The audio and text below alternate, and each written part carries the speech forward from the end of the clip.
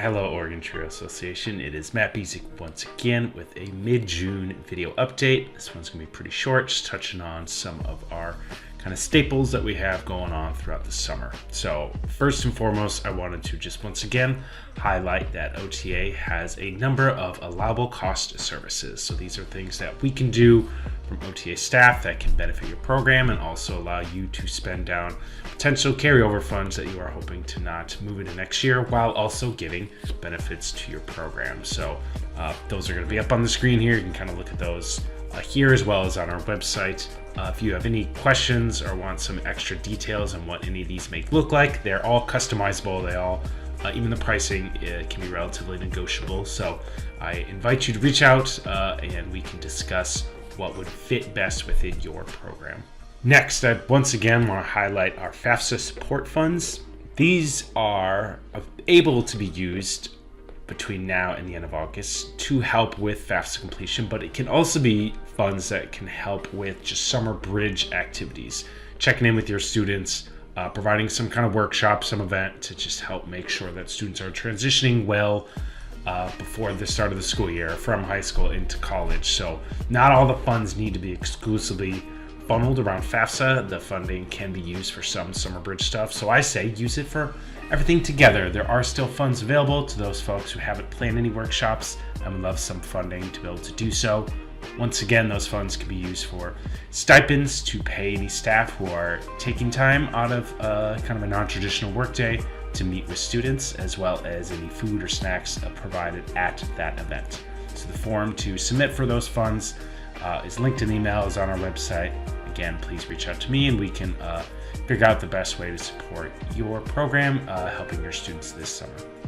Next, I quickly just wanted to touch base on the professional development opportunities we have going on through the rest of this month. As of right now, most of these are connection calls that we've just been continuously doing.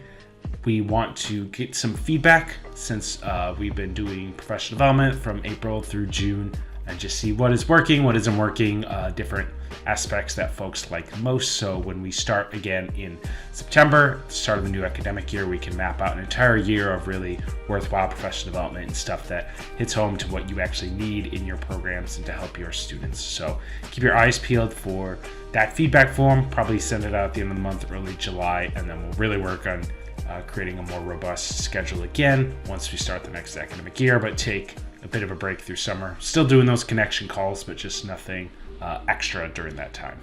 Next, I want to highlight a new document that is housed on our website. It is a Google Doc that you can click on and view, a spreadsheet, and this is what we're calling the TRIO comparison document. We often get folks saying that they don't exactly understand what all the TRIO programs do or how one is different from another. You often work in yours, whether it's SSS, pre-college, and you kind of understand the lens that you do your work through, obviously, but you don't always understand some of the nuances and differences between programs. So this document, there are two tabs, two versions of it. There's kind of the long form version, which just shows side-by-side comparisons of the relevant parts of our legislation and regulation that demonstrate required services, allowable services, who's eligible to apply, how many students do you serve, what are the years that they write for renewal funding, those kind of things. And then there's a abridged or more concise version, which is designed to be much easier to read and just shows you just a quick glance at comparisons of what makes each program different from each other. So down to what ages do they serve, simplified version of those services, and just overall summaries of what the programs do. So I recommend you checking these out. This can be helpful just for your own literacy. This can be things that you share with students in different workshops, or if you're trying to educate them on TRIO programs, just to show quick reference, kind of what are the differences between programs. So if there are any suggestions or edits you think should be made, this is definitely meant to be a working doc, which is why I just linked it on our Google Drive, so that way I can make small little changes or updates as we move forward. So just excited to kind of share that out there. This is something folks have been asking for, and we finally finished putting that together for you. Next, only scholarship application that's really ongoing right now is our Fall Last Mile Award. So the due date for that is August 23rd. That is a Friday once again, so you have plenty of time between now and then to work with students who will be at your institution starting in the fall to try to get them funding to support their continued education in hopes of completing that degree. Since we just kind of finished up that whole graduation phase, if anybody is willing to share any stories, photos, if you have any kind of graduation events that you do with your program, just pictures of students at graduations with their TRIO advisor, we would love to get those. We like to share those out on our social medias and just promote all the amazing students you work with, the amazing work that you do. So if you can email those directly to me, executive director at OregonTRIO.org, we will work to kind of compile all those and just share those out or put them up on the website and just profile our awesome, amazing students. So again, just send those directly to me if you have anything that is worth sharing, and we'd love to share those stories out on your behalf. Finally, we always like to end this with new staff. As we head into the summer months, there's often quite a bit of turnover. So if you could please notify myself, Robin, both of us ideally, and let us know if you have any new staff that have joined you. We want to make sure that they're welcomed in the OTA family.